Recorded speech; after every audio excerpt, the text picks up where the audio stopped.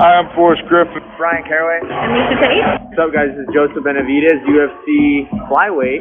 Hi, this is Greg Jackson, and you're listening to It's MMAzing, and that is an amazing pun. Get it? Like MMA, but amazing? MMAzing. Radio.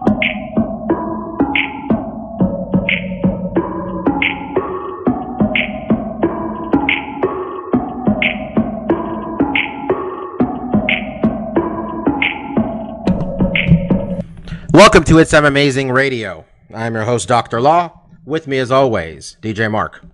So, also joining us this week, Lavender Gooms.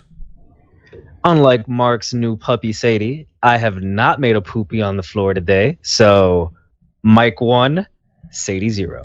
Mike. Good job, Mike. Mike improving from the time we lived with him. I lived with him. So, nice step up. We're all about improvements in this life, Bob. Ladies and gentlemen, we're really just in a dead zone with this fucking sport. Ain't nothing going on. UFC's trotting out these one-fight bullshit cards. And look, I get it, man. A bunch of people got knocked out on Saturday. Cool. None of you knew who they were. All right? And they're going to say, oh, you got to give these cards a chance. No, I don't. You have to promote them to me. That's how this works. You provide adequate promotion for me to give attention to your event. And just writing the word UFC at the top is not enough. Just saying. That being said, Marcus, we wanted more from Kelvin Gastelum this past week against Jared Cannonier. We were wondering what he had left. Turns out he has plenty left, but still didn't win. Yeah, it was kind of disappointing. A much better performance than, some of the... What was it? Was it Ian... What's that guy's name that he lost to by heel hook? Heimlich, yeah. Like that performance left a lot to be desired. This one didn't. He really tried. And I think when you kind of break down the fight, what I found interesting, Gastelum was really mixing up his attacks in the first couple rounds. I do think he didn't land quite enough in the first round to win it. But he was throwing a lot of kicks to the legs. He was using, he was in southpaw. I think that my main takeaway in this fight, is Gastelum is southpaw. And he had a hard time transitioning against Cannonier when he switched to southpaw. I think when they were both in their original stances, southpaw and orthodox, Calvin felt more comfortable. He was letting, his hands go a little bit more. He was targeting the body a lot more. He was throwing leg kicks. And in the first and second round, Cannionier started going to southpaw because I think he felt really uncomfortable fighting a southpaw. And when he switched up that position, his weapons kind of changed a little bit. I think his footwork lacked a little bit more. In the first round, when he was in orthodox, he was able to skirt on the outside, get away from Calvin's power shot, the left hand, but also just presented some difficulties for Calvin. Once he switched stance, obviously with your dominant hand, he was using the right jab a lot more. And ultimately in the third fight, he landed a big counter right hook that dropped Gastelum. And it did seem like from the third round on, Gastelum kind of went back to his standard procedure of, trying to throw a looping right hand to a left straight. And I think Cannionier kind of saw that coming and was able to present different options for him, steal some rounds away from him. And, at the end of the day, it was like, Gastelum didn't look bad. He looked good, especially in the first couple rounds. In the second round, he took that round. But it did seem like while Cannionier was able to kind of evolve and change up the strategy in the fight, Gastelum didn't. He kind of stayed, as the fight wore on, he got more predictable. He started switching things up less and less. And I think another big takeaway was I think Gastelum could have won this fight if he was able to implement his wrestling a little bit more.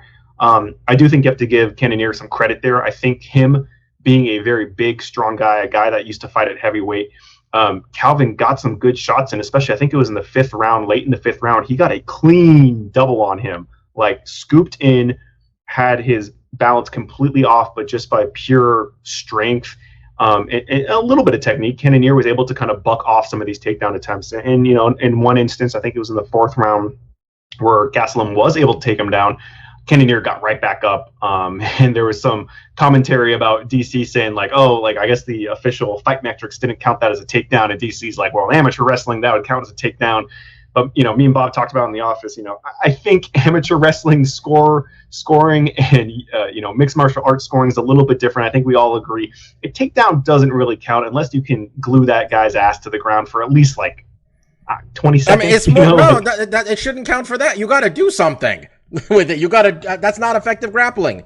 It's right there. I mean, I think taking someone down. No, I'm not talking about my opinion. I'm talking about the definition of it. Yeah, the rules. Yeah. I have no patience for the commentators not understanding how this shit's judged. They're getting paid money. I don't. DC harping on some bullshit takedown. I mean, Connor calling DC unprofessional was the highlight of all this past couple weeks for me because I'm like, I don't agree with you necessarily, but DC does is a little bit unprofessional at times, just a little bit. You know, I don't know. That's my 2 cents. He's also a professional fighter and not a guy that has just been doing broadcast commentary his whole life. So I give them a little leeway. I mean, in a world where the rules of the sport that you were fighting in. To be fair, until what was that, 3 or 4 weeks ago when you read the rules, none of us. I'm not getting paid. If you paid me to do that. Also, in fairness, that wasn't my. He probably should have known the rules when he was fighting that whole time too. True, might have helped. That seems relevant. Jared Cannonier was up against right up to getting a title shot before he lost to Robert Whittaker. Nice bounce back win for him here. He said he was broke on Saturday after he won, which is what financially it's what you need to hear from a guy who's just in the main event of your card that was on regular fucking ESPN. You know, and not his first main event either. Yeah. He hadn't fought in about 8 to 10 months, it sounds like, but still. And he clarified what broke meant, and he just said, I would like to get paid like an elite level athlete. And we all said, we know that's not the clarification anybody needed. We're all aware about how little you guys all get paid. Those of us on this podcast, though, have lost sympathy for the UFC fighters because, well, y'all could have said something about it. Y'all let Leslie Smith go out there and die for your sins. Who was that poor kid who was pushing for unionization, and they made him fight like one Dagestani after another? Cajun Johnson? Motherfucker was just getting thrown in the air like a pizza pie every 4 months because he had the audacity to push for unionization. But cool, you guys all want to get paid now. So, let's see how many people don't show up for the 6-figure tough contract. They're all doing it in weird ways, though. Like, instead of saying, hey, let's unionize, they're all just like complaining about being poor. Yeah. Miesha said she gave up 98% of her check. No. Which that was enough that I was like, Miesha, some of this might be on your poor money management skills. I was about to say 98%, really? Yeah, that is not your profit margin on this whole game is not good. Cannionier says between taxes and stuff, it's about 60. But when you're an independent contractor, I buy 60 overall, being your cost with a bunch of stuff. So anyway, we'll see if anybody gets paid. Probably not, because, you know, a bunch of people watch these events, and it apparently doesn't matter who's on the main event. Well, you showed us, isn't the guy that's running Endeavor, Airy, whatever? He's like, he's very smart. He seems to be the only one who's profiting off this stuff. Him and the other guy, I think it's Patrick Whitesell's the other one, were like, they pretty much just invested, like this thing IPO'd, and all the value of the UFC part of the company increased. So they're all printing money over there. So cool. Anyway, Gastelum's fine. They're not cutting him, I don't think. Right? I mean, not off of that. I mean, he's lost 5 of 6, but if he got cut, it'd be insane to me. And Bob, didn't he have a hard time making weight too? I mean, he had to at this weight class. Well, he had to do it he had to do the towel. He had to like come back in an hour or something. He wasn't like he was 10 pounds over. He was like 1 pound over. But I mean, like, okay, if you have to do it twice and take a towel when you're doing 180, I think that's part of his issues, right? I think they won't let him go to 170. Well, I mean, no, they won't. They won't let him go. Bobby, he barely made 185. Well, he wants to fight at once. Well, he's too small for this weight class. That's what I'm saying. But like, he's too undisciplined to make 170. We had, what's his name, was the goddamn flyweight champion. He missed weight like 3 times on his way to the title shot, and one of the title shots they had to redo because he missed weight.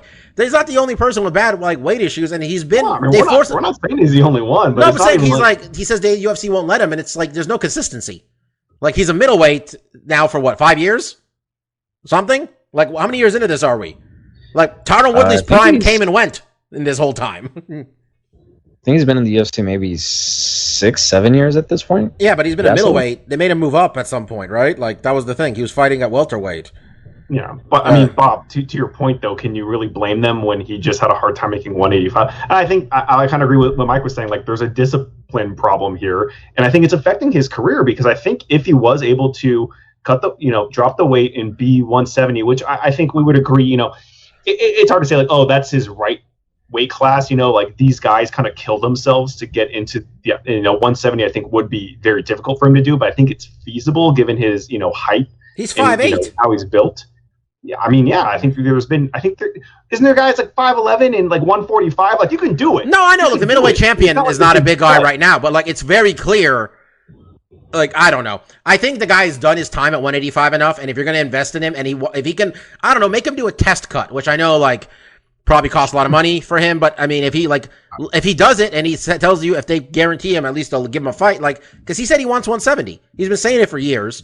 Honestly, I think if he had that kind of goal, it would force him maybe to be more disciplined. When at 185, he doesn't need to be that disciplined. I mean, Bob, you know what you do? Next fight, you're 180. I can barely make 185. What am I doing? Yeah, but they don't do that shit in the UFC. He starts coming in at 180. The UFC's gonna be like, okay, we can't have you being 5 pounds less than the guys who are fighting. Oh, you're saying just do it?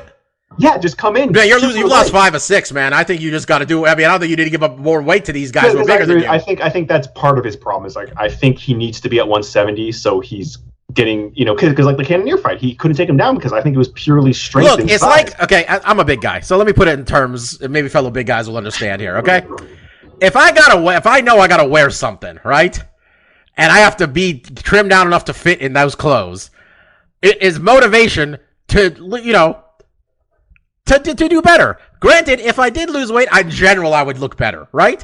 But if I have a different set of clothes that are a little bit bigger and I can still fit in that, where I can put a little less effort in, I'm not saying I'll definitely go for those, but I mean, they're there. Once I hit that number, But the issue here, Bobby, is that like, okay, he wants to get these pair of jeans, but he's barely fitting in the 185 jeans. He's not going to fit in the 170. Look, I mean, you fit in the jeans, you fit in the jeans, man. I mean, at a certain point. He's not fitting in the jeans. He's not fitting in the 170 jeans. He fit in the 185 jeans. I'm just saying, if there's only the 170-pound jeans available to him, my man, we'll fight. Look, he's lost 5 or 6. Let's fucking go for it. If not, he can fight in Bellator in the Paul Daly division at 175. Like, that would be great. That would be I feel that what we're doing here, maybe more Mark and I than you, Bobby, because you're more open to this, is that this feels like a continuation of a discussion we had last week on narratives that we get in our head on a particular person that are very hard to shake. Yeah. And for us, we still have a narrative in our head of Kelvin Gastelum when he was 23, 24 years old. He could not lay off. When he made 180? He couldn't lay off his mother's tacos and enchiladas and just could not hit 170 to save his life. Maybe now that he's like 29 or 30 years old, maybe he is disciplined. I mean, he lives in LA, man. Like, I don't know. You got to be a fitness freak there. Maybe he wants to be like those people. You give the man a chance. Take away the larger jeans. Game changer, okay? Game changer. I'm really committed to this jeans analogy because I can apply it to my own life. Also, I talked about enchiladas. I kind of want an enchilada now. Look, my man, I tried to get lunch today on multiple occasions. It just failed. So let's not talk too much about food. I'm currently operating off of fucking Pirates booty and some jerky. So, UFC's back next week. Pirates booty? You don't know Pirates? It's kind of like a cheddar popcorn type thing. You never had Pirates booty? I was like, no. I mean, I know what Pirates booty is, like treasure, not like a food. I mean, I think there was context. It might be a West Coast thing for all we know. I don't know. Ep Barboza, Giga Chikadze. We'll make our picks for that later in the show, along with our pick for the big fight on Showtime with Moro, Mamma Mia, Ronaldo. Gonna be on that broadcast with like 7 other people. It's a lot of people. I don't know how many of them are. Like, I mean, Ariel, I guess, is doing some of it, but he's also gonna be in there. But Paul and Woodley are throwing down. We got Diaz and Mero for the last Paul fight. Do we got them for this fight? I mean, last fight was not the Paul fight; it was the Mayweather fight. That's why they were there. Paul and no, I know, but we don't refer to that as the Paul fight. That is the Mayweather fight. This one's the Paul fight. He's the A side. We'll talk about that. Got some news that happened this week though. Got a couple fight bookings. Miesha Tate, Ketlin Vieira. I mean, when you only got 2% of that paycheck, I guess you got to fight again real quick, huh? Big fight too. That's a contender fight. Ketlin was on a bit of a roll before losing to Yana Kunitskaya, but she's very the champ. I mean, look, I mean, Miesha's not beating that champion, but she got to win these fights if she wants to take that ass kicking again, I guess. We also Speaking have of Miesha. Do you think that 98% includes the amount that Brian Caraway stole from her? It's part of the ATV cost. that was like a very unnecessary thing to bring up right there. Dig. Just, he was really nice to us. He's in the intro of the podcast. Yeah, you know what though? Like when we met him, he was kind of like he wasn't letting Miesha a lot of words in. He was kind of dominating that conversation. It was like, you know what? Of the two successful people we're talking to right here, there's one that had a belt. He was kind enough to be in our intro. Hey, we cannot allow the fact that he's in our intro for that to sully our journalistic integrity of taking unwarranted shots. Yo, we've been on the Court McGee train just from running into Court McGee for years. Court McGee is a hero, okay? We do not disparage Court McGee. True. Brian, I still appreciate you being in our podcast intro.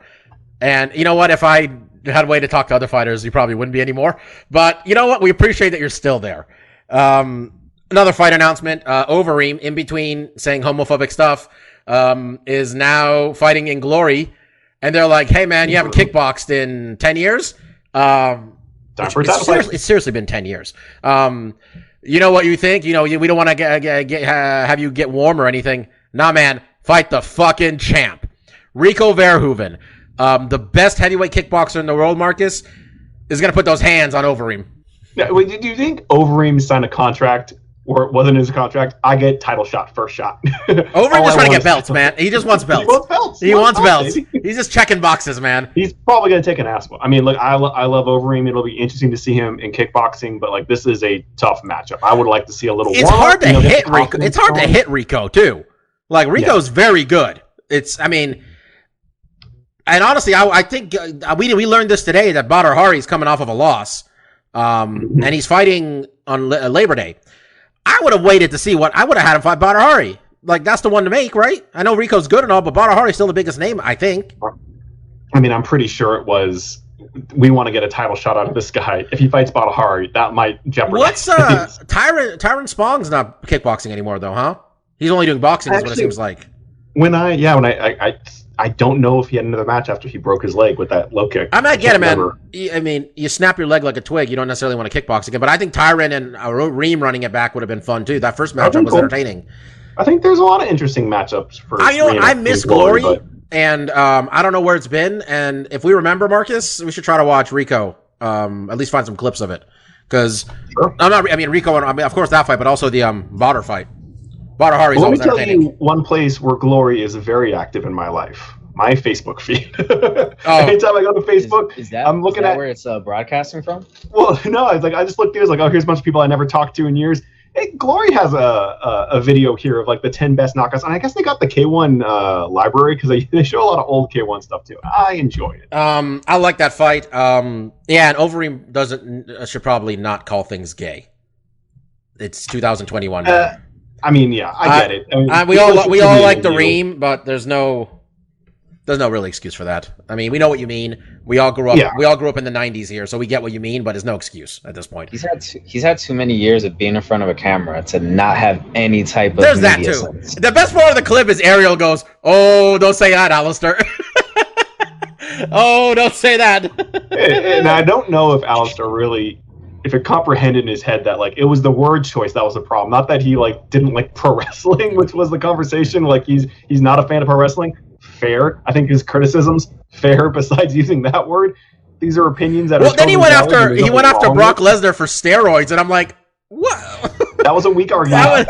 Honestly, the gay thing is taken away from that nonsense. That's the part that makes me think he has CTE. Like, man, you're a comic book character.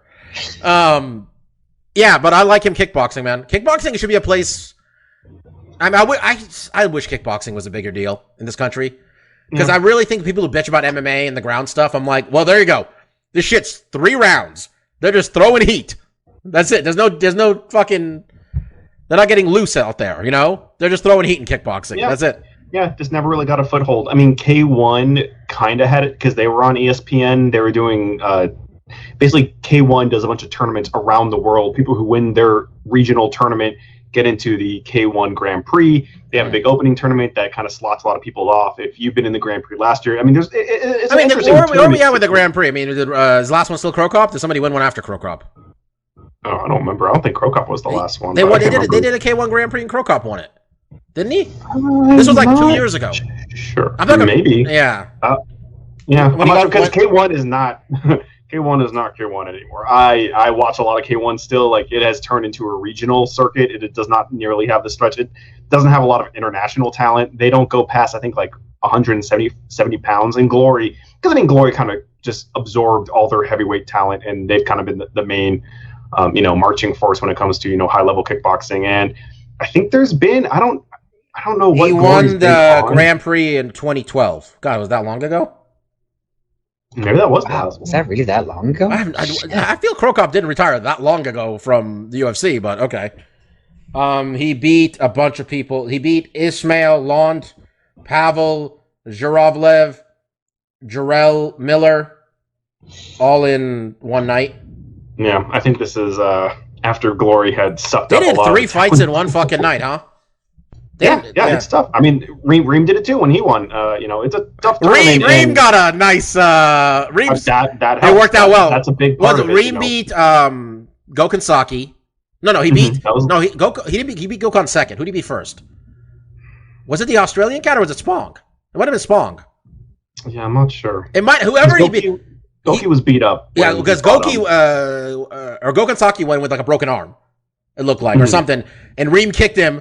And like he kind of kicked him in the arm. In that one. Yeah, that was it. And then we were all sitting there. I mean, by the way, this is it's kickboxing amazing. Whatever. That's our new podcast. I was gonna say, like, we're getting deep in this. But dude, K1 was fun, man. Semi Schilt versus Overeem was what we all wanted because Semi's 6'10", I think, and Overeem was powered by every Mexican supplement known to mankind. But Semi couldn't beat Peter Ertz. Yeah. Peter Ertz just finds a way. And Peter Ertz was like 100 years old, and he beat Semi Schilt in the semifinals. And then old ass Peter Ertz just stood in front of Overeem, exhausted, and it was just hit 3-4 times, and we were done. But I mean, he won it. The good old days. Yeah. Fuck, let's watch some K1. That's what we're doing next time. Never stop. Yeah, we're gonna watch that. What's that guy you told me? One more thing. The guy you told me about who said it's like all he threw his hooks. Young Tyson, basically, he was like, Mike Zambidis or something. Yeah, just go on YouTube, folks. Just YouTube this motherfucker. Throw heat in these highlight clips. Watch him fight Kid Yamamoto, the late great Kid Yamamoto. We're telling you to watch K1. You're all MMA fans. Was Mark Hunt versus Ray Sefo. All right, just watch that fight. Last K1 plug. If you do subscribe to the YouTube channel, which is all Japanese, they do a chef's kiss. What they do is they'll have an event on Saturday. Sunday morning, they got a video of all the knockdowns. Knockdowns? Like, just the knockdowns. Just the shit you want to see. That's like it's a 12-minute video. Boom, bang, boom. I'm good. You know what? MMA is too mainstream now, guys. We're turning into a kickboxing podcast. Fuck this. We're going to go have some fun. All right, some other news and notes. This is going to be a part in this podcast where I'm just talking about wrestling for a significant amount of time. Which... Yep. Those of you who should watch, I really think at this point the news in the last week are gonna know why. Those are the fight announcements though. Reem and Rico, Miesha and Ketlin Vieira. We got Aljamain and Peter Yan are official for that Abu Dhabi pay-per-view, which is free. Cool. It's gonna be the same card as Glover Teixeira versus Jan Blachowicz. So. Gable Stevenson is out here playing the WWE against the UFC daily. And Bellator also. And then I said maybe AEW. And Gable Stevenson today said, I've never been approached by AEW. I've never wanted to reach out to AEW. My goal is to get to the WWE and be a big superstar. My goal is to get to the UFC and be a big superstar. Which I feel if I'm Scott Coker, I'm a little offended. Because Gable came to your event and you were nice to him. My favorite thing I read, though, the response to this guy saying that was someone said, have fun, bro. They're gonna have you scooping up dog shit or something on Monday Night Raw, which was Big star. That's a big star. It was a rough. It was both a good and bad weekend for the WWE folks. Tyron Woodley's getting a TV show, guys. Created by the people who make Little Dicky's TV show. Little Dicky? The other guys. Dave. The ones who, turn Little Dicky's stuff into a real TV show. They shape it for him. I'm just gonna stop doubting Tyron Woodley's ability to do whatever he wants. Like, he may not be the best at everything, but he just finds a way, man. I'm be in this movie. I'm put out this rap album. I'm gonna have a segment on TMZ. I'm gonna get the biggest paycheck of my life to box some YouTube kid. I may not win all these things, but I don't know if he plays basketball, but the dude's great at pivoting. Dude, honestly, Tyron Woodley is the best hustler this sport might have ever seen. Just his ability to just find a way, just find a way to get it, put himself out there. There's not many wrestlers / fighters who will be able to say, I've come out to my own song on the walkout. Sure. We've got Chris Jericho with Judas, and this Saturday, Tyron Woodley with I'll Beat Your Ass. Yeah. I'll beat your ass for real. That's the chorus. Kayla Harrison was on PFL this past week. Just beating the crap out of that poor woman. She had a hell of a week because she was on the media call. I'm not sure you guys heard this story, where I guess the person she was fighting, whose name I don't have in front of me at the moment, got to find that. I guess she is quite attractive. At least according to the person on the press conference asking the question about pretty much asking her what it's like to be hot and fight. In better terms than that is what they were asking. And then Kayla Harrison was like, hey, man, would you ask these questions to a dude? And then it got real awkward. And then she really pressed the motherfucker on it. And then she went out there, took this woman down, punched a hole in her face, and then got on the microphone. And she's pretty good. Honestly, about talking shit. Mike is Googling the woman she fought at the moment. But yeah, she's just, shows up 3-4 times a year mark, makes $1 million and goes home, is what it seems like. She shows up for that PFL season, wins $1 million and goes home. I mean, my understanding is she's in the finals now, right? This was like a semifinal fight or something. But come on. She wasn't the number one seed, right? This woman got higher points. If you get finishes, the earlier you get finishes, the more points you get. That's the seeding is based on. PFL needs to hang on to her with both hands, and I don't know if the UFC will ever pay a woman enough money, just to show up and run a division they don't care about. She's 45, right? 145. I think she might be fighting at 55. But I think you're right. But 45. Right. But she says 45 is no problem for her. Okay. There's one woman in that division, though.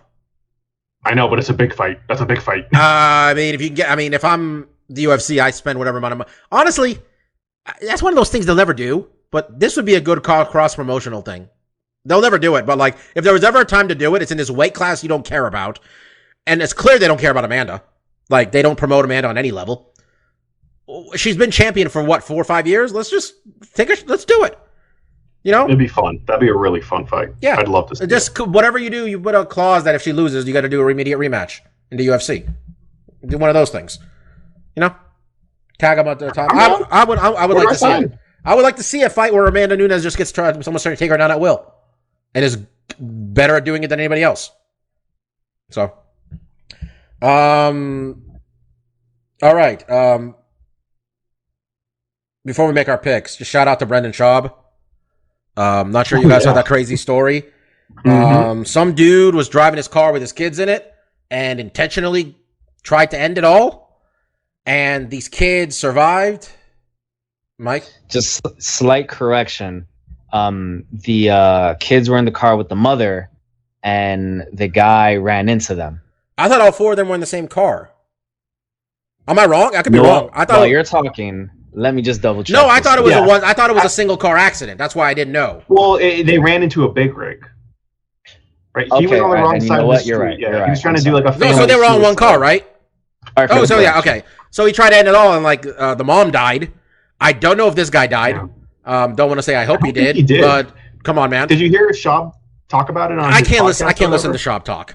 I'm trying to be nice here. It's the only thing I listen to. I mean, I was going to say the same Dude, thing. Like, he was look, a we're not- hero. You could hear it straight from the horse's mouth. Have you listened to this man talk? Like, it's not good. Yeah, I agree. I agree, Bob. It's rough, but in this context, he's I've never seen talking somebody about adapt the something LA funny. douchebag vibe so effortlessly. But go ahead, Mark. Yeah, so I mean, I'm with you. Like, I was gonna say, like, you know, happy for Shab and his success, but like, not a fan of, you know, his body of work. But I did hear the story, and he basically said that, you know, he was driving along the freeway with his girlfriend. They were about to go, they're doing date night or whatever, and he saw this big rig was like jackknifed on the street. So he drove by them, and he was going to drive by, but he saw this other car that was smashed up, and there was a kid on top of the roof of the car, and he was like trying to wave people down. So when he saw the kid, he was like, "Oh, I gotta help." So like he said, he ran over there, and then he saw, like, when he was running over, the dad or whatever, he had like crossed the street, and he was like running back to the car. He was running back to the car, and he got hit by another fucking car. I only laugh because this guy's like, I mean, this guy's a douche. I mean, he tried to kill his fucking family. Like, Yeah. good riddance. But yeah, Shab's talking like he's running. He sees him cross the street. Some car like going 60 miles per hour just whacks this dude. And he's like, well, I can't help this guy. These kids are in trouble. But yeah, so he gets to the car. This kid's on top of the roof, and he says, like, oh, I have 2 younger siblings in the car. Can you help them get out? And Shab was talking about, like, you know, the car door was jammed, so he had to like rip the car door. He was trying to rip the door off, and it couldn't because it was jammed in. So he smashed the window, and he was taking the kids out. And that's when he noticed the big rig truck had gasoline, and his gasoline was just like all over the fucking place. So it was like, shit, like, I could fucking die. Like, this all could just explode at any minute. We're all just toast. But yeah, he got the kids out. He noticed when he was taking, I guess it was like a 3-year-old or something. He noticed in the front seat, you know, the mom was there, and she obviously like passed away. Like, I mean, he was talking about like there's brain matter and shit, like some Pulp Fiction shit going on. And then I guess he was like handing the kids off to someone else that came, and he told them, like, don't go across the street because like they'd see the mom, like, take them further down. Yeah, he's like the kids are asking if his mom's okay, and he's just like, no, don't worry, you're fine. We're just don't look over there. We're just really, I mean, the guy gets a lot of shit for being a general moron. But that was really nice, really great of him to do that. I'm not sure everybody would have acted the same way, especially with those gasoline. Yeah. You know, we all have to say we do something like that. And he even said, like, he's in his head, he was like, I have kids, like, why am I doing this? Yeah, but, that was date night with his girl, because he have 2 kids now, I guess, and like they were trying to get some time away, and this is what happened. Like, yeah, but I mean, whatever you think of him, you know, entertainment wise, you know, we're not a fan of his comedy or his podcast or whatever, and it's totally fun if you are or whatever. But like, you know, this is something that goes beyond that, and you have to tip a cap, you know, all the good props in the world. Exactly. Yeah, that's a heroic thing that, you know, I don't think I'd be doing the same thing. I'd be like, you know what, let me call this one in. Let's get some professionals here, because that's tough. That's gonna stick with them. There's a subreddit for his podcast, but it's really just people making fun of him and the show itself. And like, they posted this on there, and I was laughing because the top comment was, "Hell of a face turn by Shab. Hell of a face turn." Yeah, it made me laugh quite a bit. But yeah, props to the man. All right, let's make a couple picks. Edson Barboza is taking on Giga Chikadze. Edson Barboza, you don't have to explain who Edson Barboza is to people. He's been doing this in the UFC now since 2010. Coming off of that fight with Shane Burgos, where he knocked him out, but it was the delayed reaction. Like, it just like took the man a second to just tip over. Crazy. Before that, beat Makwan Amirkhani. Had a stretch there where he was losing a couple split decisions, which I'm not sure anybody thought he actually lost either of those fights. Especially that Felder one. Didn't think necessarily that Ige one, you know, he deserved to get on the short end of. I was telling you earlier today, Mark, how we're all really going to miss Edson when he's gone. Because every one of these fights of his, I was looking at the betting lines, they're all like minus 170. He does not get put in fights where like he's supposed to win easily. Or, you know, it's just all like, this shit's going to be close. And they always are just bangers. Giga Chikadze's coming off of just a dismantling of Cub Swanson. Just fucked him up in a minute and 3 seconds. Body kick, punches. He is 1, 2, 3, 4, 5, 6 and 0 in the UFC. 13 and 2 overall with 8 knockouts, 1 submission, 4 decisions. Betting line for this one. Does anybody have it? I realized I didn't assign this job to anybody, and I put it in the group chat. I do not. I thought they were both minus, right? Weren't they both favorites or something? They're both. Well, here's the odds. We got Edson at minus 115. Giga Chikadze at -105, making Edson a slight favorite over him. They're both minus because the casino's got to get paid. I'm going to take Edson Barboza. I know I'm all about picking like the young prospect that's on a run and shit. I just think Edson's on a different level than a lot of these guys. I'm looking on this guy's record. And sure, he smoked Cub. Nobody smokes Edson. If he does, props to him. I think a healthy dose of getting like a fucking tree trunk slammed into your thigh for a couple rounds is going to adjust a lot of what we think about this guy, good or bad. So I got Edson. Mark, who do you got? Yeah, I'm going with Edson too. You make up some good points. You know, looking back at Edson's, I was kind of looking like, okay, how does he do against strikers? And it's kind of all over the place because his career has been. I mean, look, he was fighting at 155 for like 30 fights in the UFC, and fighting like the tip top, guys, and probably one of the most like talent rich pools that they have. And since he's moved to featherweight, he's been doing pretty good. He did lose his first fight against Dan Iggy. Or a guy, whatever, but it was a close fight too. So I have to give just the wealth of experience to Edson. Although it does look like Giga is like kind of hitting a stride. His last two fights, he won in the first round. They were both performance of the night, so confidence is going to be super high. But I just don't know if he's. I don't see. I mean, Cub Swanson's a fantastic scalp to have on your resume, but like it doesn't really reflect in what Edson's done and the guys that he's competed with, the guys that he's beaten. Cub's got a weird career too, where Cub's got a couple losses here or there, where somehow this motherfucker who's durable as hell went down in like a minute and a half. Like he's got a couple get caught early in a fight too. Not to discount what this guy did, but it's not the same as Edson, it normally takes a while if you're going to beat Edson Barboza. It's not going to be an easy night at the office. Sure, yeah, but I do have Edson. I think he's going to be able to pull this one off. Mike.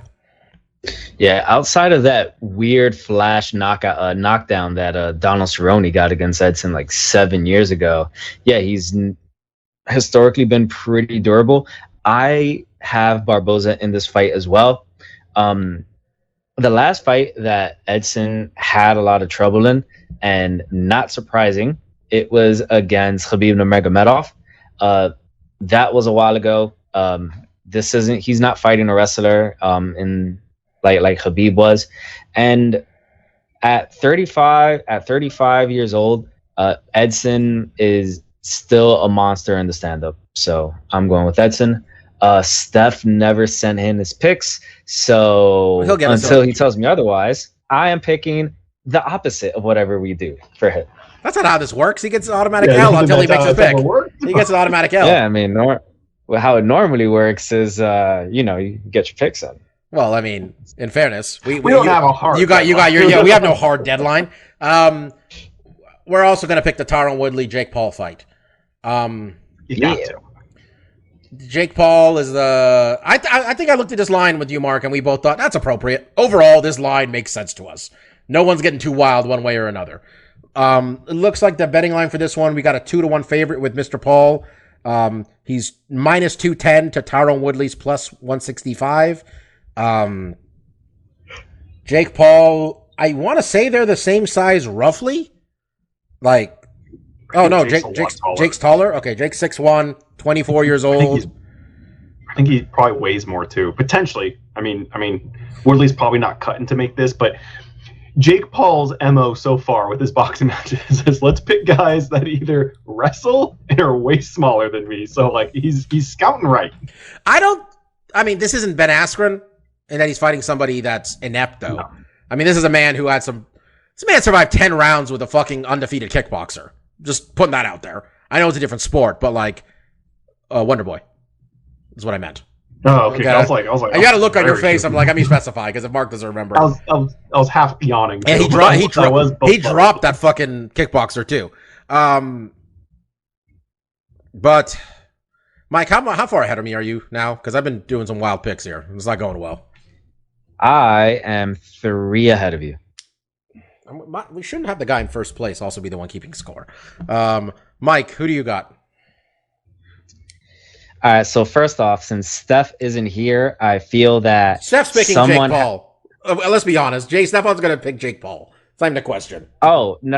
I wasn't going to talk about the picks at the moment. I just mean that normally the MO has been whenever it's Paul weekend, Steph is going to be here to talk about how this is the new norm in boxing. This is the future.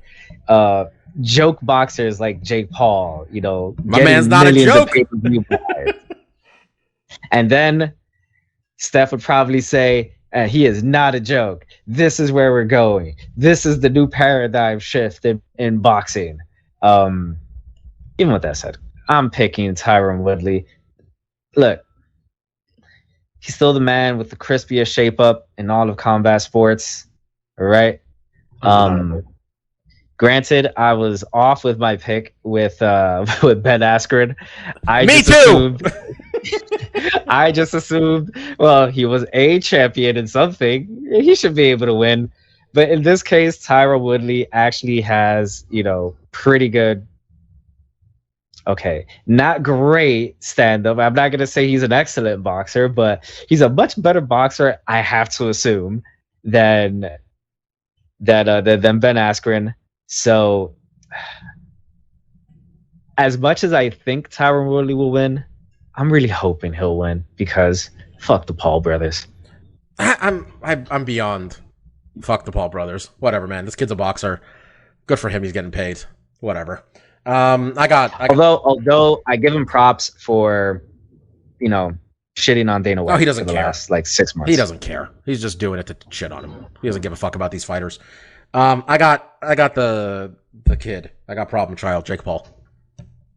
I hope Tyron knocks his head off because I love Tyron Woodley. There's no one in MMA I've made a bigger about face on than Tyron Woodley. I could not stand Tyron Woodley. And then something clicked in my head. Maybe I became an adult and I realized certain things about this world and I'm like, Tyron Woodley's the only motherfucker who gets it. He's the only one. Maybe there was a couple of motherfucking belts around his waist. No, it wasn't just that though. Like I just got it. I mean, the whole thing made sense to me at a certain point. I would not be even a little bit surprised if Tyron knocked him out. Like Tyron's really good. It is not. He wasn't welterweight. He was welterweight champion not that long ago. It wasn't that long ago. That being said, this kid's good. Kid's shown like he's got some skills. So I got Jake Paul. He's younger. So, Mark, who do you got? Yeah, I mean, first and foremost, I want to say, I think the fights for Jake Paul are interesting because there's such a big unknown factor, right? I mean, for some people, I honestly with Ben Askren, I thought it was kind of a choke. It was a T-ball setup for him on that one, and I wasn't surprised with the end result. But this is the leap that you'd want a young fighter to take. It's not someone that is a pure striker. It's not someone that's been is necessarily known for their boxing. I think Tyron Woodley is known for his power and his big overhand right. Has won him a championship. That's how he beat Robbie Lawler. He landed that right hand. And I think it's going to be his go-to here. But I think when we talk about the nuances of the sport, that right hand opens up a lot because of how he sets it up. And he sets it up because he ducks under like he's going to fucking shoot on you. And he throws a big overhand right. It confuses you. It's a setup. He's not going to be able to do that in this fight because I would imagine Jake Paul's not expecting to sprawl or have a takedown shot on him. Maybe he should take him down immediately. What the fuck not? Do first take him down, lose a point, cause some chaos. This is gonna be fun anyway. I think they should do it immediately. No one's gonna DQ you. They're not gonna risk making this that bad. That's not the like. I mean, look, it's against the rules of boxing, but I don't think it is a horrible idea for if they get clinched up, he's trying to trip them and trying to maybe in some of these where he ducks under a punch, he does get under the legs and kind of flops him. And it happens. I mean, dude, this kid also, Marcus, this kid is coming from the culture of you own a motherfucker or you clown him or something.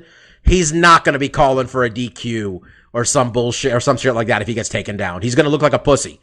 I think he should do it. I'm not making a joke anymore. He should absolutely do it. He should 100% do this. I mean, I think it is one of those things that we talked about when Conor was fighting. No, Floyd put some shit in the contract. Floyd put some shit in the contract. This kid didn't do that. He didn't. Come on. He doesn't seem that smart. Yeah. I mean, look, I think some of what you're saying, I think creating chaos and having it kind of be a circus show to get this guy kind of out of, because I think what Jake Paul has shown is that he has been training hard. I do believe he's training very hard for this. He's taking it seriously. I think he's getting grade A training because he has the money to put everything on hold and just be like, this is going to be my life for the next 3 months. I'm sleeping and breathing this fight camp. And I think Woodley is a dangerous enough opponent that he knows he has to. I am picking Jake Paul just because I don't think, Tyron Woodley is not really a great boxer. What we've seen in the UFC, he has heavy hands. He has a great overhand right.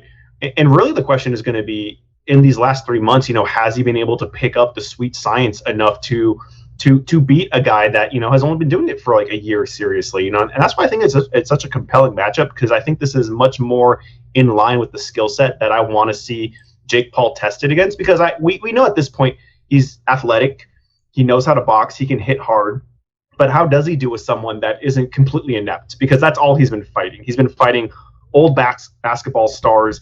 And Ben Askren, who I don't know how he convinced the two of you that he was going to clinch and grapple and Homer Simpson his way into a victory was foolish. Ben walking out with a big grin on his face, all the money he made, didn't help my confidence at all afterwards. Yeah. But I do feel like this will be a more competitive fight.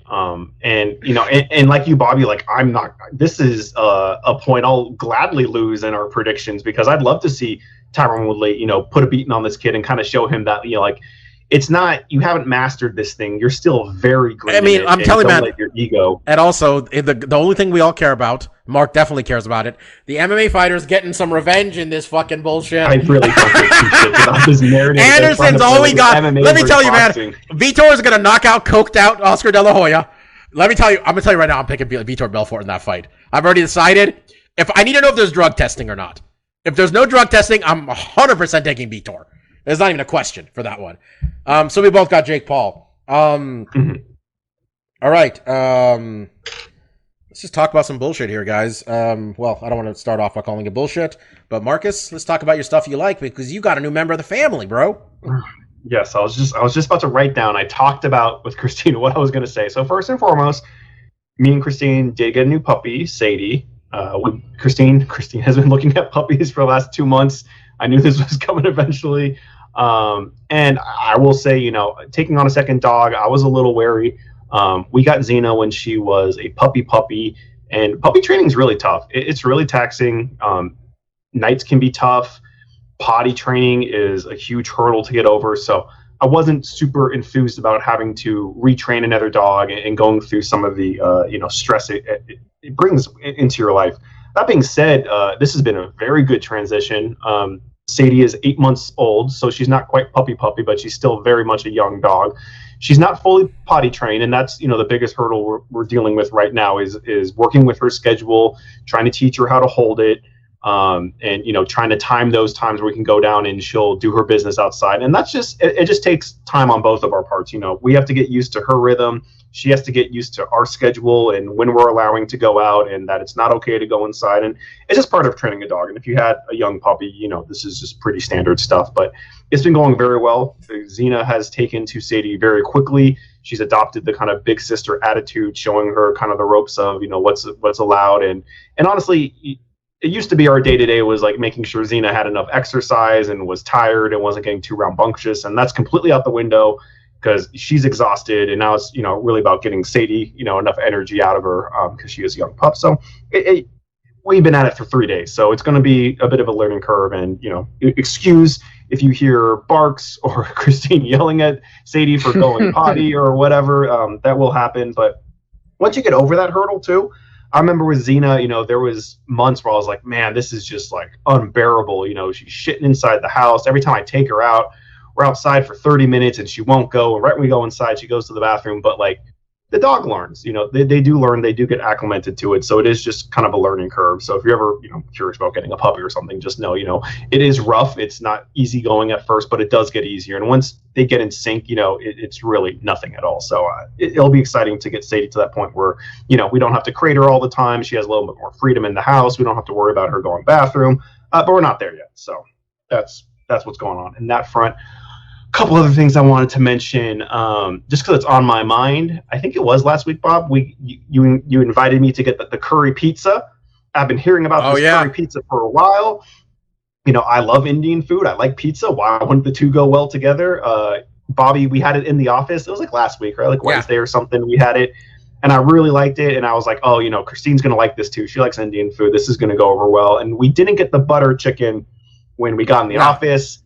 And Christine doesn't like cilantro. That pizza didn't have cilantro on it, so like we don't have to tell them to not put anything on. So we got it, and it was so fucking good. If you have a place that does curry pizza, I totally recommend it. It's a weird combination that does work really well. Yeah, Indian pizza, man, pretty good. And I know we got some people who are real pizza purists. I get it, but if you're gonna get chicken on a pizza, someone having the good sense to season it first, it makes everybody happier. I think that's really kind of where you can look at it and be like, if you like a regular chicken pizza, this is just flavored chicken. And, you know, I think the sauce, they use the butter chicken sauce on this pizza. So it had a little spice to it. It had a little kick to it, and I loved that. That was great. Yeah. The last thing I do want to mention real quick is I used to talk about video games every week, and it's been a while, but this week's actually a pretty heavy week for video games. I'm kind of excited. Coming out when you guys are listening to this, there's a game called, I think it's Alien Fireteam Elite. This is a third-person co-op shooter, kind of in the vein of like a Left 4 Dead or something, but set in the Aliens franchise. I was pretty interested in this one, very close to pulling the trigger. Reviews came out today. They're kind of mediocre, and I do think it's a $60 game. So I am thinking I'm gonna pump the brakes and wait for this guy to go on sale, because I do definitely think at some point, I think $40 or $30 price point is kind of the sweet spot for a game like this that doesn't have a lot of replayability. That is kind of, you're going to go through the campaign once, that's probably going to be it. There's not much of a story to it. It is really, you know, get with two other buddies and have fun blasting aliens.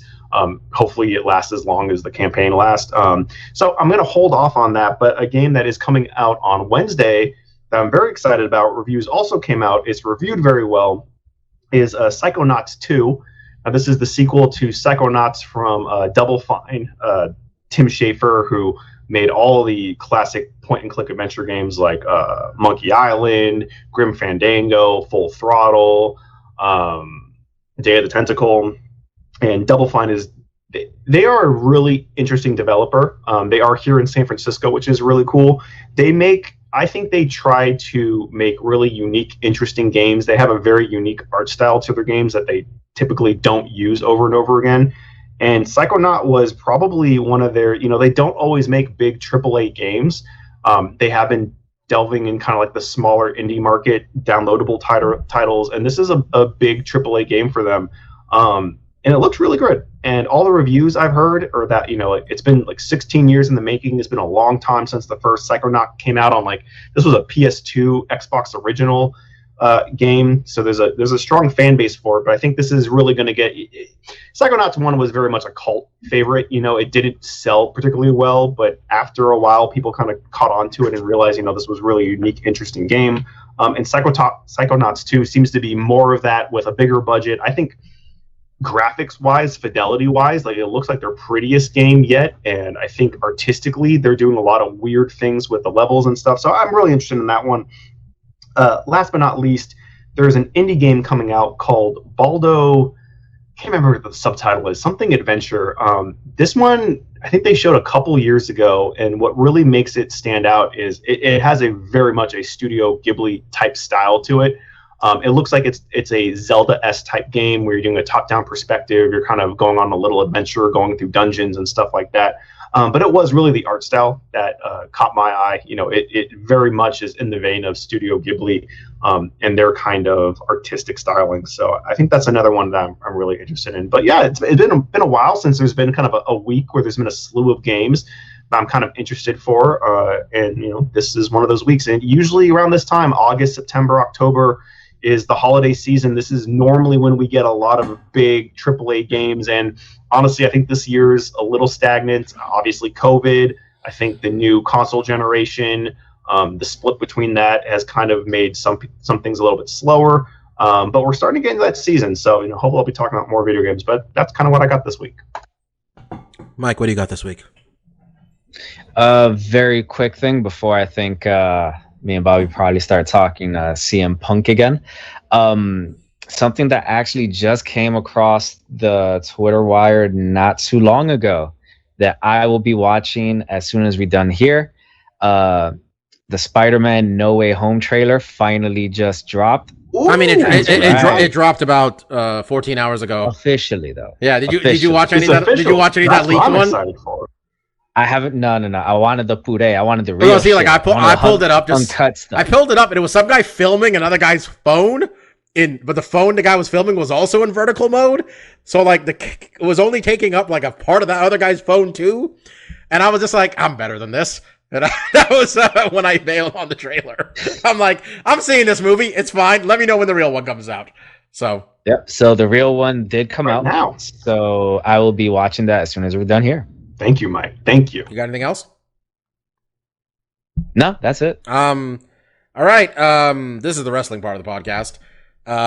So last week we talked about it. And CM Punk made his return to professional wrestling. Mike, I think I told you a couple times where I don't think you really didn't have any concept of how big of a deal this man was.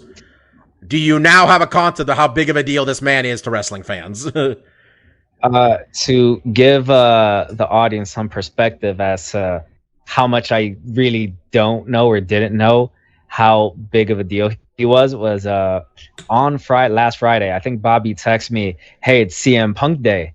Are you excited?" or something like that. And my smart ass response was, "Yeah, I'm real excited to see the guy who lost to Mike Jackson." See, no, that was to which you responded, "You're no well, fun." I figured you were just taking the piss out of me because you could. That's what the kind of the relationship we have. But in fairness, though, I was. But then at the same time, for me, I never watched CM Punk wrestle in his heyday. So for me, in my reference point, he is the guy who got his ass kicked by Michael Jackson. Yep, he was. So it was the worst kept secret in MMA, in professional wrestling, that he was coming to AEW. They more or less, I'm pretty sure they leaked it themselves. Let's put it that way. We had people making CM Punk references for weeks. Kenny Omega was wearing different shirts. He was wearing a Cookie Monster shirt, which was one of the people have thought maybe CM stands for Cookie Monster. He's wearing a Chick Magnet shirt. People thought that's what CM stood for. We had MJF quoting an old CM Punk promo, like word for word. Darby Allin said he wants to wrestle the best in the world. It's just CM Punk's moniker. And they sold 15,000 seats in the United Center on a Friday. And they didn't fuck around, Mike. The show started. And first thing, Cult of Personality hit. Which, how much does Vince regret letting this motherfucker license an outside song? Like, as his entrance music in professional. That was his WWE entrance song at the end. He owns the name CM Punk, too. That was his indie wrestling name. How many regrets does Vince have about this motherfucker right now, you think? That's likely why I don't think you've, outside of Adam Cole in the last 4 or 5 years, how many other indie wrestlers have you seen come through and they actually keep their name when they get to NXT? Samoa Joe. That's the other big one. So he came out, and it was the loudest pop I've heard in professional wrestling probably 20 years. Last thing I remember was like a Stone Cold pop from like the late 90s. A specific one too, not your average Stone Cold pop. These people lost their fucking minds. Mike, it looked like people were having a religious experience in there. There was dudes crying. CM Punk was getting emotional. He came out wearing a hoodie with a picture of his dog on it, which was really endearing to me. He dove into the crowd. He came out to the ring. He shouted out Britt Baker immediately, which is, I'm sure she was thrilled about that. He came out with AC written on his shoes, by the way, in Sharpie. What is that for? Adam Cole. Oh. Maybe, I don't know. That's the new conspiracy theory. He went out there, talked for maybe 10 minutes. He said he took his jacket off and sat on the ground, which, if you're not a CM Punk fan, means nothing to you, but people lost their damn minds when he did that. He broke Pro Wrestling Tees. It's like still broken, kind of. They ran out of Ringer t-shirts, possibly in the entire United States. They can't find a supplier that will give him one. He has the number one selling t-shirt ever, all time. And the second place is a shirt that's been out 7 years. In terms of television ratings, AEW Rampage, a show that airs at 10 p.m. on Friday, was watched by 1.1 million viewers. On the 18 to 49 demographic, the only people that matter, Glad that we're still in that group, by the way, guys. 692,000, which was more than any other episode of AEW short of their debut in 2019. 1.3 million people watched his segment, and 842,000 people within the demographic. It's a 0.65 rating. My favorite one I read was in the city of Chicago, among people 18 to 49, he did a 1.7 rating. 1.7 means out of 100 people, 1.7 is his share of the audience. 1 in 58 people aged 18 to 49 in the city of Chicago were watching CM Punk on Friday night at 10 p.m. They hit this thing out of the ballpark, man. They hit it on every level, Mike. They did it perfectly. They did nothing wrong. It's amazing. I think you are not stressing 10 o'clock on a Friday. It's the TV death slot. On a Friday. It's the TV death slot. It is. Like, that is amazing. Like, you know, people are out at the bars, especially the age demographic that you're talking about. That's it. I mean, if you want to know anything about TV, the reason 18 to 49 matters, and even more so is 18 to 34, those are people with disposable income who tend to spend money and can be influenced to spend money. So that's part of the reason there. This debut though, Mike, they killed it. They did not. There was nothing flawed about it on it. There was even the ice cream thing at the end, which was a reference to an old WWE promo from 10 years ago. He gave everybody in the arena ice cream. That was a thing. CM Punk ice cream. Yeah, I had no idea what that was. I sent you guys. I had to send you guys the clip. I'm like, this is why that's from. It's like he had an old promo where he told Vince McMahon, "I want you to bring back the WWE ice cream bars from our childhood," and you know, he called out Darby Allin.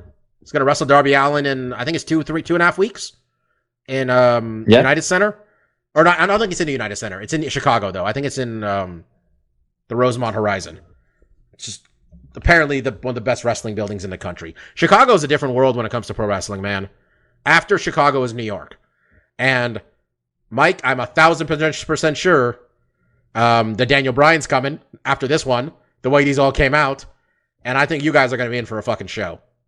I think that's going to be a crazy night, man. Ooh, I think it's going to be crazy. Less than a month away. I can't wait. I think you're going to see maybe Eddie Kingston win a title or the Proud and Powerful Boys win a title. Ugh. You don't like the Puerto Ricanos, huh? You don't like them? No, I have no problem with the Puerto Ricanos. I was ughing at Eddie Kingston. Yo, Eddie Kingston's face, whenever he's with Sting, is my favorite part of Dynamite now. That was pretty funny. Like it's Mark, this guy has hung out with Sting the last couple episodes in tag matches, and at the end of the match, as they go off the air, he has the same look you or I would have if we were meeting Sting. He has like a cheesy grin, like a thumbs up he's throwing, like, "Hey mom, I met Sting." It's pretty funny. On the other end of the world, people wondered what WWE was going to do to respond. Apparently they hit both buttons, Mike. They hit the Brock button and they hit the Becky button. I did not think they could fuck up Becky Lynch coming back, but and they did. They fucked up Becky Lynch coming back by squashing Bianca Belair. And apparently Becky's going to be a heel, which went so well last time. She says she wants to be a heel, allegedly, which I don't buy, because I don't think Becky's stupid, because I don't think she's going to get booed.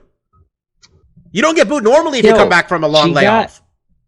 When she squashed Bianca, like, everyone was kind of, I think, wondering, well, that doesn't make sense, but people were still like, but fuck it, it's Becky Lynch. We're happy she's back.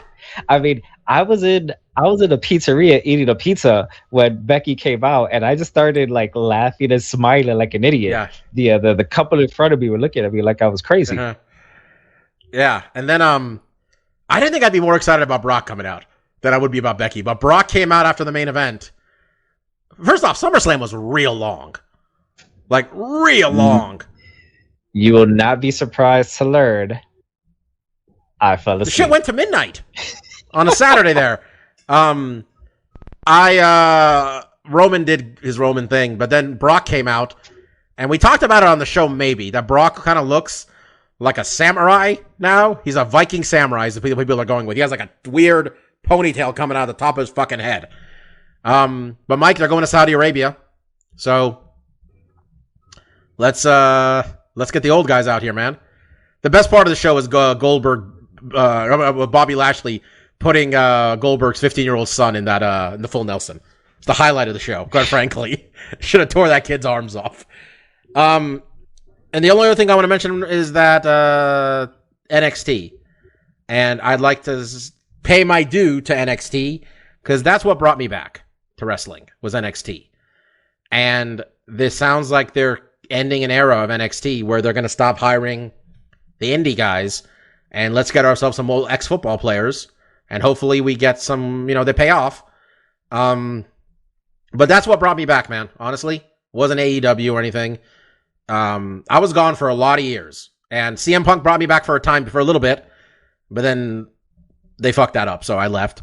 And then NXT with Sasha and Bailey, that really did it when I heard about that.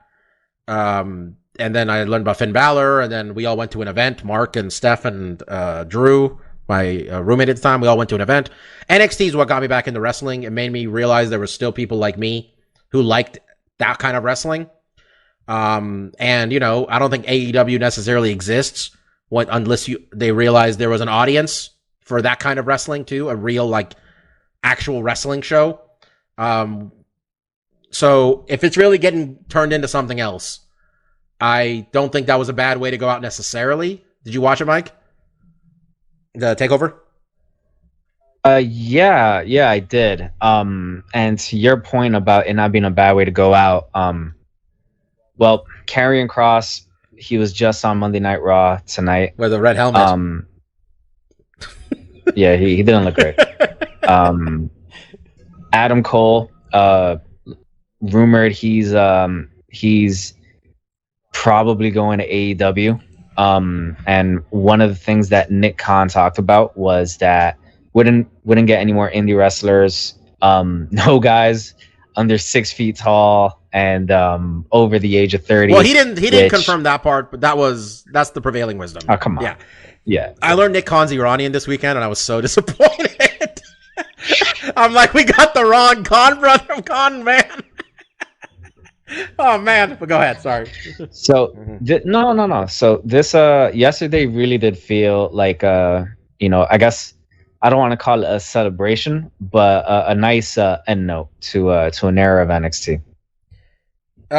Yeah. The main event kind of bummed me out. Because I don't understand why Karrion Kross doesn't have Scarlett with him. I thought that's the best part of the gimmick. And I'm not just saying that because Scarlett is gorgeous. I mean, she was the whole gimmick with her singing his song and coming out there and all that shit, and it was spooky, and he's just a motherfucker walking to the ring now. So that was weird, and Joe is one of the best wrestlers of all time, but Joe clearly doesn't have his sea legs yet. He looked gassed, honestly. Joe looked a little tired, and sounds like he's the champ now. And Kross is on Raw. Is it sad that we're talking about Adam Cole? The only reason we see him staying is money, because we recognize. I think he's too smart to think that the main roster is going to go well for him. He's 5 foot. He's listed as 6 foot. He's maybe 5'10". Best case. Best case he's 5'10". He's probably 5'9".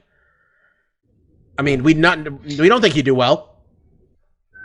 No, don't think so. And I think at best, Vince McMahon will allow one person under 6 feet tall to really be a big deal on the main roster. Finn Balor's already up there.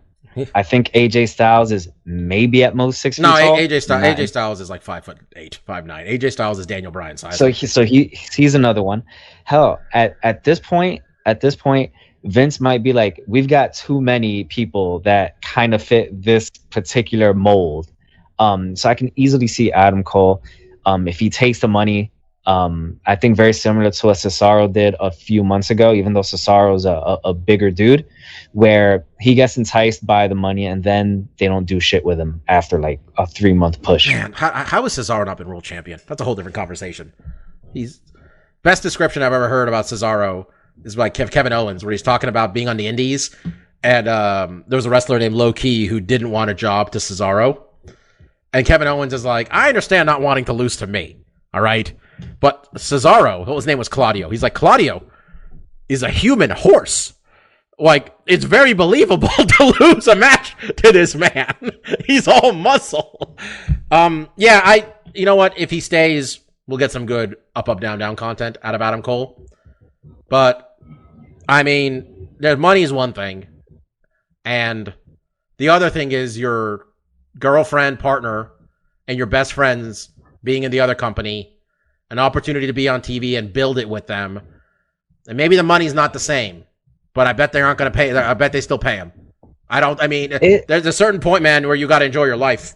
And if maybe he might get more enjoyment out of WWE, but it would be one thing. All right, so he's still only 32 years old, Adam Cole.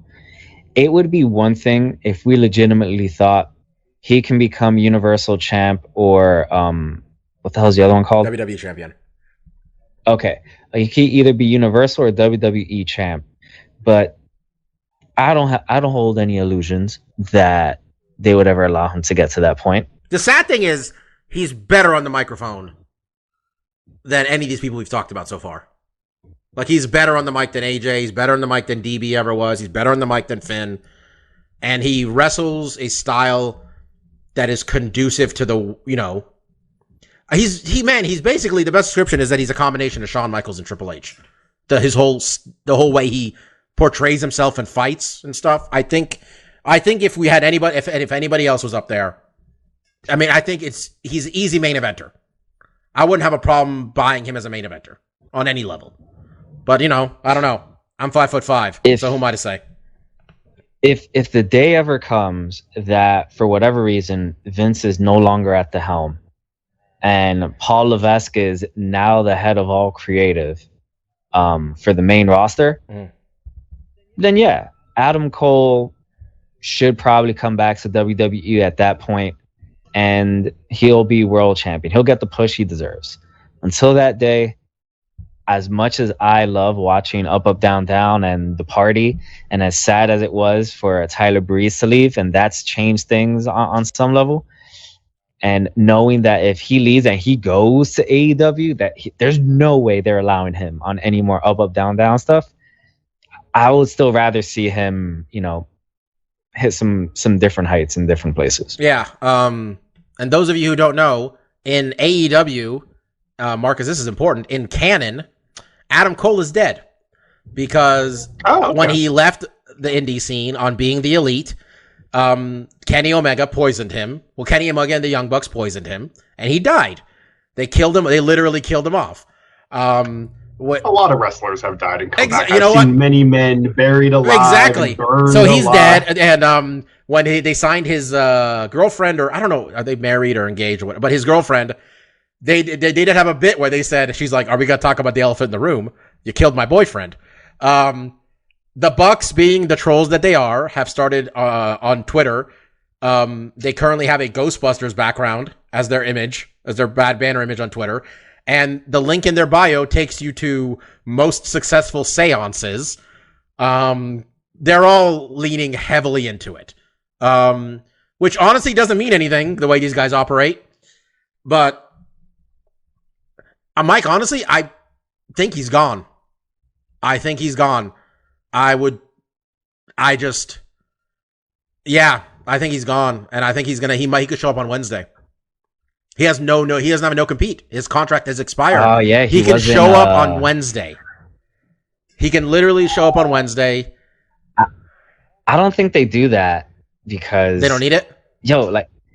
Like Punk just premiered on Friday. I mean, if I'm him, he may take a week off. You just had a triple three fall match in a cage. You got all sorts of gnarly shit happening to you. He just tweeted, by the way, just a picture, a gif of himself doing Adam Cole Bebe. That's it. Okay. Right. I think he's maybe not this week, maybe next week, maybe at All Out. Maybe at All Out. Maybe at All Out he comes out. It would be cool if he pulled a Bret Hart where like, yo, Sunday I'm in WWE, then like a couple of days later, what's up? I'm in the other promotion. The king of this move all time remains Ravishing Rick Rude, who, because Monday Night Raw was taped, He was on Monday Night Raw and WCW Nitro the same night. On one of them, he had a beard. On the other one, he didn't. Shout out to the legend. Rest in peace, Rick Rude. That's my favorite one. Dude, I think he's gone. It was a good week for wrestling, though, man. A lot of people cared.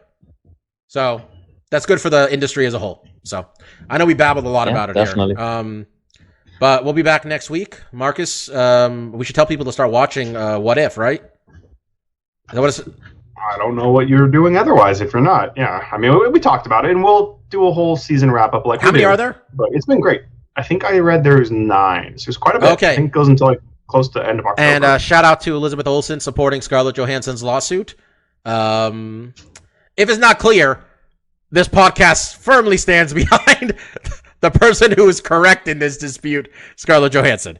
And Mazel Tov on the new kid, because apparently that's a thing. All right, guys, we'll be back next week. I was Dr. Law, that was Lavender Gooms, and that was DJ Mark. We really appreciate you guys listening. We know there's not a lot of MMA happening right now that matters. Blame the UFC. We're here to talk about video games, wrestling, and apparently kickboxing. So, see us next week. Peace out. See ya. Peace.